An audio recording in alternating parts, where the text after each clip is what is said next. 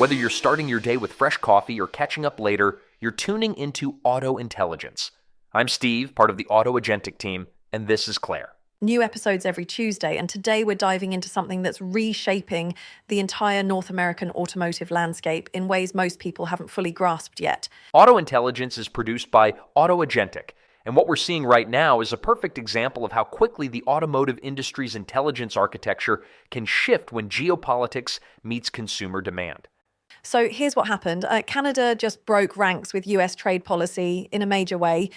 They've slashed their tariff on Chinese electric vehicles from 100% down to 6.1%. And we're not talking about unlimited access. Canada's implementing a quota system, 49,000 Chinese EVs initially, with plans to rise to roughly 70,000 over about 5 years, depending on actual consumer demand.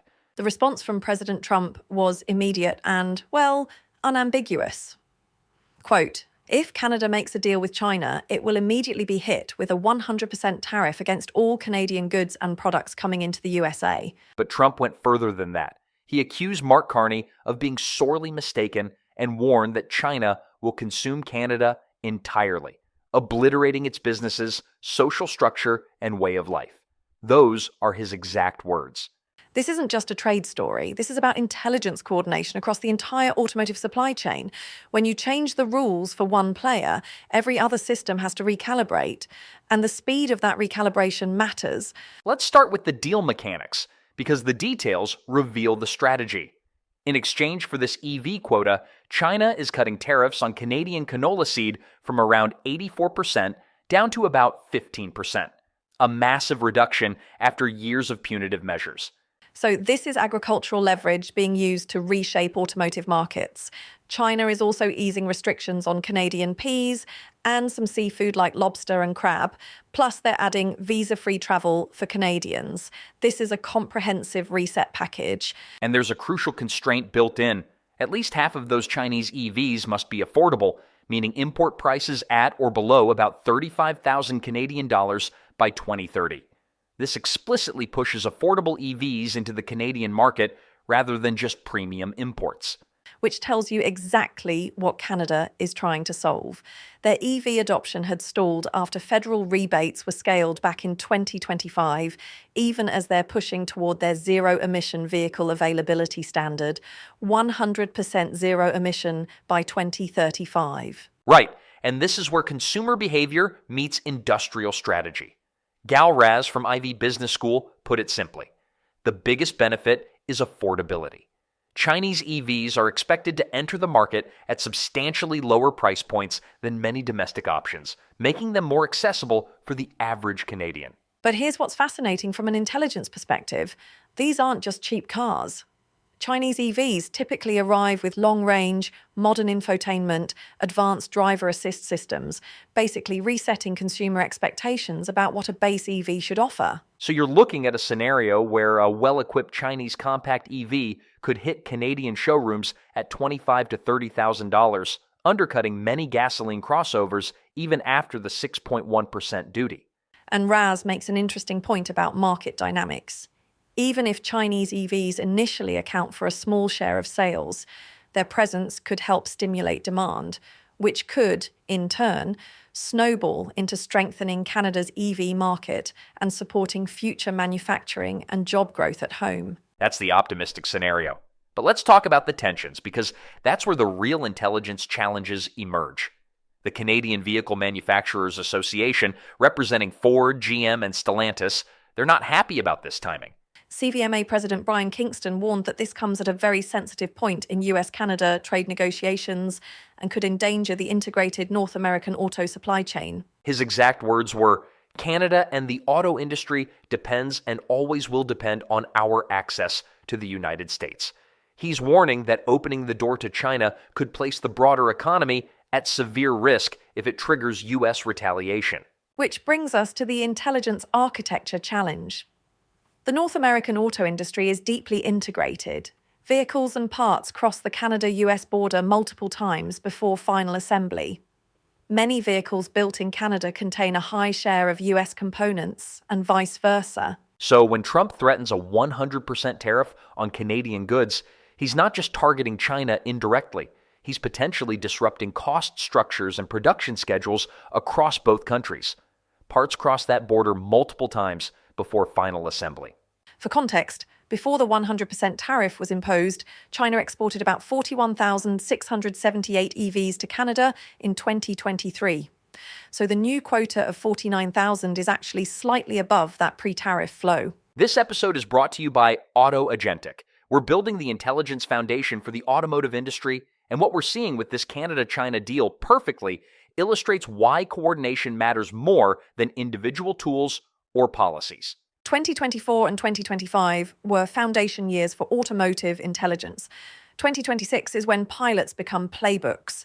Auto Agentic is working with a limited number of automotive organizations this year to prove agentic coordination in real operations. Because what Canada is really attempting is what Raz calls walking a fine line. They need to diversify away from increasingly unpredictable U.S. trade policy while not losing sight of their deep, decades-long supply chain relationship with the U.S. auto industry. Now back to the episode. Let's talk about what consumers will actually experience, because that's where the rubber meets the road, literally. And the consumer dynamics here are more complex than the headlines suggest. Raz points to infrastructure as the biggest concern.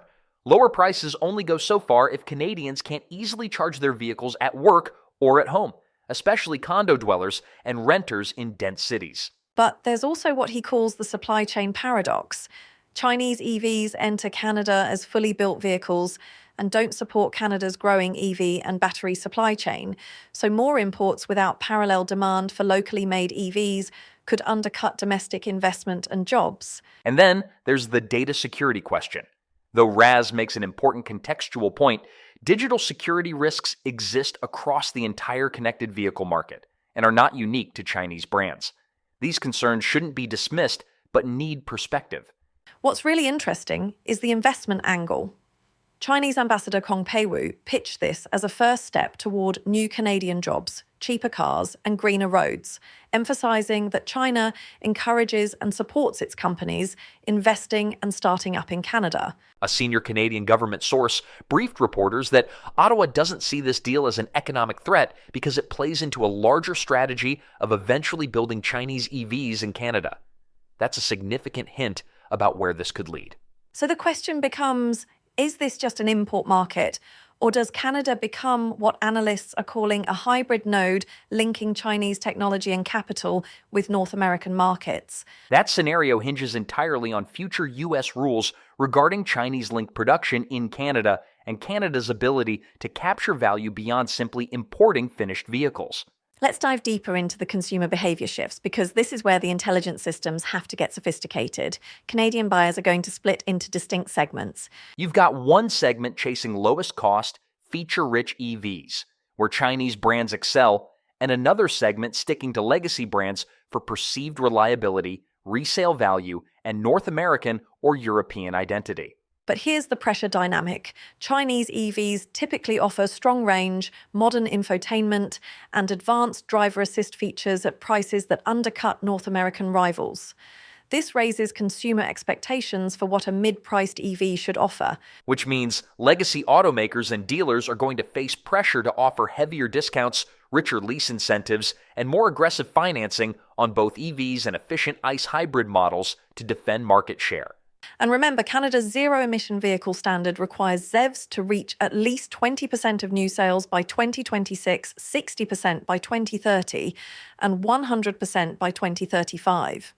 Cheaper imports help close that gap. But the more those mandates are met via imports, the more pressure there is on domestic producers to either specialize in higher margin segments or seek efficiency gains to survive head-to-head competition. Let's zoom out to the global context, because Canada's move is being watched internationally as the first G7 country to partially break with US protectionism on Chinese EVs through this quota plus tariff model. China now accounts for roughly 70% of global EV production. They're exporting extensively to Europe, Asia, emerging markets, and now testing North American waters through Canada. The EU has launched anti-subsidy investigations and introduced tariffs on some Chinese EV imports. If this Canadian model, Quota-capped imports at normal MFN rates plus strict monitoring proves politically and economically sustainable. Other mid-sized economies may consider similar frameworks to balance climate goals, affordability, and industrial policy. The competitive pressure is already accelerating consolidation among Western automakers. They're racing to cut EV costs, standardize platforms, and move away from early high-priced halo EVs toward mass-market competition that can compete on price. Prime Minister Mark Carney has framed this strategically. He called it a return to levels prior to recent trade frictions, but under an agreement that promises much more for Canadians. He's depicting this as a historic reset and new strategic partnership with China. Carney argues that for Canada to build its own competitive EV sector, we will need to learn from innovative partners, access their supply chains, and increase local demand. This is industrial policy, not just trade policy. Chinese President Xi Jinping hailed the agreement as a turnaround in China-Canada relations and said it opened a new chapter in cooperation, so both sides are treating this as strategically significant. But here's where the tensions really crystallize. This is happening as Washington and Ottawa are renegotiating aspects of their trade framework, including rules of origin, EV battery content, and critical minerals under the broader North American trade agreement. US negotiators are expected to push for stricter limits on Chinese content in any vehicles or batteries entering the US duty-free from Canada. That could constrain how far Canada can integrate Chinese EVs into a North American production network. Trump has also argued that Canada must not be allowed to act as a drop-off port for Chinese products headed into the US market. That language suggests he sees this as a strategic threat, not just a trade irritant.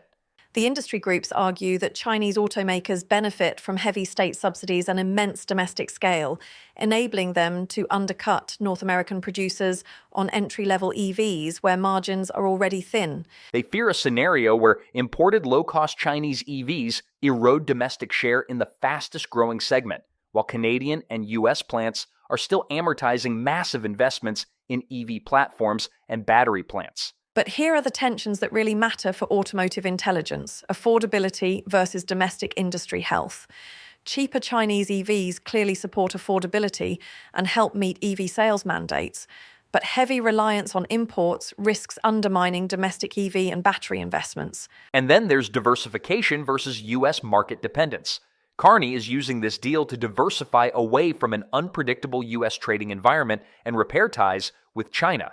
Yet Canada's auto sector is structurally dependent on U.S. market access.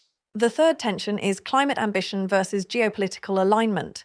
Climate policy and consumer affordability pull Canada toward accepting low-cost Chinese EVs to hit ZEV targets, but security concerns, alliance politics, and U.S. pressure push in the opposite direction. So let's talk scenarios, because that's how intelligence systems plan for uncertainty.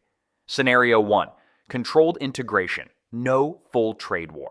Canada sticks to the quota. Chinese brands gain a modest but meaningful foothold, mostly in affordable EV segments. US negotiators don't like it, but settle for stricter content rules and monitoring to prevent Chinese content vehicles entering tariff-free via Canada. Canadian consumers see more choice and lower EV prices. Domestic industry faces tough competition, but uses the period to sharpen costs and product offerings.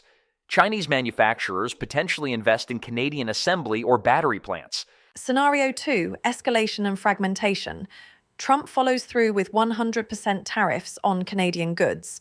Auto and parts flows across the border get disrupted instantly. Both Canadian and US consumers pay more for vehicles. In that scenario, automakers pause or redirect investments, dealerships face price spikes and inventory uncertainty, and Canada gets forced to choose between backing down on Chinese EVs or doubling down on a China-aligned trade strategy.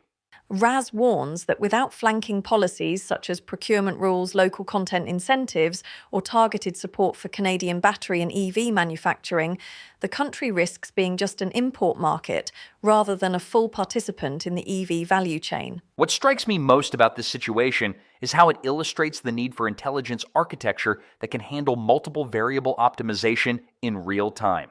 Exactly. You've got consumer affordability, climate targets, industrial policy, geopolitical relationships, supply chain resilience, all these variables shifting simultaneously based on one policy decision. And the traditional approach of optimizing for one variable at a time Whether that's lowest cost or domestic jobs or alliance politics, that approach breaks down when you're dealing with this level of complexity. This is exactly why automotive intelligence architecture matters. You need systems that can coordinate across multiple objectives, anticipate second-order effects, and maintain operational coherence when individual market conditions shift dramatically. The quota currently represents around 2.5 to 3% of annual Canadian light vehicle sales, suggesting a controlled test of Chinese competition rather than an open-ended flood. But domestic manufacturers fear the precedent and future quota expansions. And there's the investment timeline question. Officials have hinted that Ottawa views the EV import quota as part of a larger strategy through joint ventures or greenfield plants. But the timing matters crucially for existing investment commitments. If Chinese automakers and suppliers invest in Canadian assembly or battery plants, and if Canada can maintain at least partial tariff-free access to the U.S., the country could become that hybrid node linking Chinese technology and capital with North American markets. But that scenario hinges on future US rules regarding Chinese-linked production in Canada and on Canada's ability to capture value beyond simply importing finished vehicles. So what's the real takeaway here? I think it's that the automotive industry is entering a phase where policy decisions, consumer behavior, and investment flows are becoming more tightly coupled and more volatile. The Canada-China EV deal isn't just about tariffs or even about EVs. It's about how automotive organizations navigate an environment where traditional stable relationships like the US-Canada auto trade relationship can suddenly become pressure points. And whether Canada's approach succeeds or fails, it's establishing a new template for how automotive markets might evolve. Controlled access arrangements, multiple supplier relationships, and constant recalibration based on geopolitical shifts. The question for automotive leaders isn't whether this kind of complexity will become the norm. It already is. The question is whether your organization's intelligence architecture can coordinate effectively in this environment. Because what we're seeing play out between Canada, China, and the US over EVs is just the beginning. Battery supply chains, critical minerals, data governance, autonomous vehicle standards, every major automotive technology is becoming a geopolitical coordination challenge. Raz puts it well, Canada must rebuild EV demand at home while ensuring that policies and incentives also drive demand for Canadian-produced EVs, batteries and parts, or much of the economic benefit will flow elsewhere. That's the intelligence challenge in a nutshell. How do you optimize for multiple objectives simultaneously when the variables keep shifting and the constraints keep changing? This episode was produced by the team at Auto Agentic. Learn more at autoagentic.ai. Special thanks to Barry Hillier, founder and producer of Auto Intelligence, for making these conversations possible. If you have topic ideas, industry stories, or companies and people shaping mobility that we should cover, reach out to Barry at autoagentic.ai. The automotive industry is building the playbooks it will operate on for the next decade. How those playbooks handle complexity, uncertainty, and coordination will determine which organizations thrive and which ones get disrupted by the next Canada-China deal. Until next Tuesday, keep building intelligence that endures.